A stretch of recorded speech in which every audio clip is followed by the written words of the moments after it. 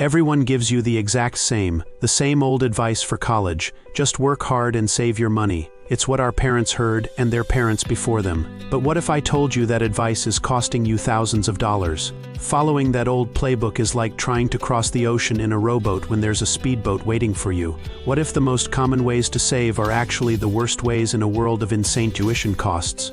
I'm about to show you the sneaky, under-the-radar hacks. The experts won't tell you the same strategies that saved me a fortune before I even stepped on campus. If you're worried about debt, you are not going to want to miss this. Alright, let's talk scholarships. When you hear apply for scholarships, you picture spending days writing essays for some giant national award, right? Chasing those big scholarships is like playing the lottery. Yes, the prize is huge, but your chances are tiny. The real money, the sneaky money, is where nobody else is looking. Forget the massive scholarships for a second and think small. I'm talking about local businesses, community groups, your mom's office, the Rotary Club in the next town over. These scholarships might only be for $500 or $1,000, but almost nobody applies for them. You win 5 of those, and that's suddenly $5,000 in your pocket. This isn't just extra cash. This is your bread and butter. So, where are they? You have to do more than just a quick Google search. Use tools like the Department of Labor's Scholarship Finder or sites like JLV College Counseling. And here's the real hack. Start making calls. Seriously, call local businesses and community foundations and just ask, do you have a scholarship program? It's like being a detective for free money. Half the time they do, and it's so badly advertised that only 3 people apply. While everyone else is fighting for the one big lottery ticket, you're quietly scooping up the dozens of treasure chests they didn't even know existed. And don't mix up scholarships and grants. Think of it this way: scholarships are a race you have to win. Grants are more like a key you get for fitting a specific lock, in this case, your financial need. You don't have to outrun anyone. You just have to have the right key, which is a perfect FAFSA application. This next one is huge. Your high school counselor probably mentioned it, but not like this. They told you to take AP or IB classes to look good for colleges. And sure, that's true. But the real reason to take them is to graduate from college faster and way cheaper. Every AP, IB, or dual enrollment class you pass is like a coupon for a free college course. A single class in college can cost thousands. If you walk onto campus with 15 or 20 credits already done, you've just cashed in a book of coupons and saved yourself a fortune and maybe even a whole semester of tuition. But here's the sneaky part: don't just use those credits to get rid of random requirements. Be strategic. Use those AP credits to wipe out your most boring prerequisite classes. Why? Because this clears up your schedule in college to do something way more powerful. Overload your credits. Most colleges have flat-rate tuition, which is like an all-you-can-eat buffet. You pay one fixed price whether you have 1 plate of food or 5. Taking the bare minimum number of credits is like paying for the buffet and only eating a salad. You want to load up your plate. Take the absolute maximum number of credits they'll allow every single semester. While your friends are taking the bare minimum, you're taking 18, maybe even 21 credits. Do this consistently, and you can graduate a full year early. That's 1 less year of tuition. We're talking savings of $20, $30, even $50,000 just by playing the system. Okay, this hack is for you and your parents. It gets a little more advanced, but it is absolutely critical. Think of your FAFSA, financial aid application, as a snapshot of your family's finances. Your goal is to have that picture show as much financial need as possible. The 200 IQ move is to legally and ethically lower your family's reported income in the 2 years before you submit your FAFSA. This could mean timing when you sell investments, putting more money into retirement accounts, or pushing a work bonus into the next year. You're not faking the picture. You're just choosing the most flattering angle. It's like posing for a photo. You want to present yourself in the way that gets you the best result, which in this case is thousands in free grant money.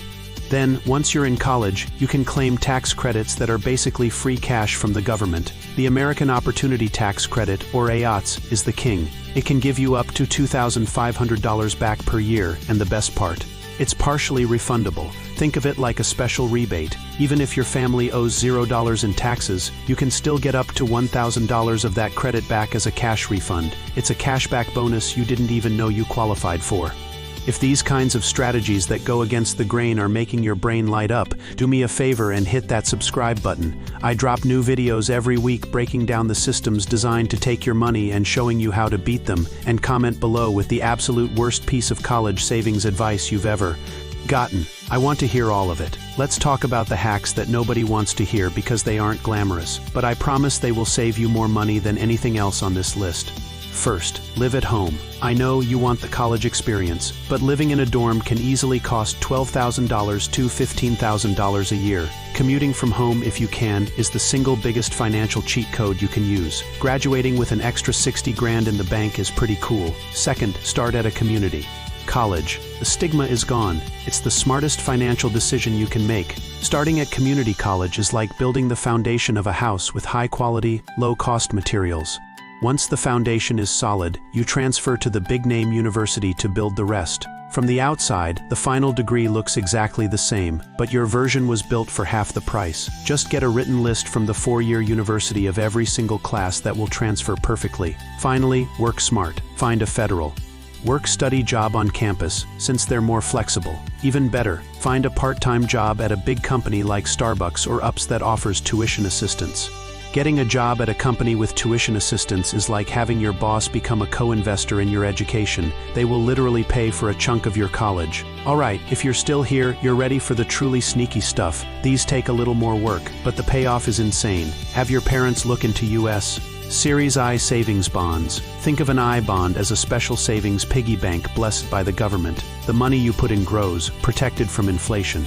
But the magic happens when you break it open for college. The interest you earned can be completely tax-free. Now, there are rules. The bond owner has to be at least 24 when the bond is issued, and there are income limits, but as a long-term savings tool, it's incredibly powerful. Next, become a master of rewards every dollar you get from cashback credit cards or online shopping portals. Funnel it directly into a high-yield savings account just for college.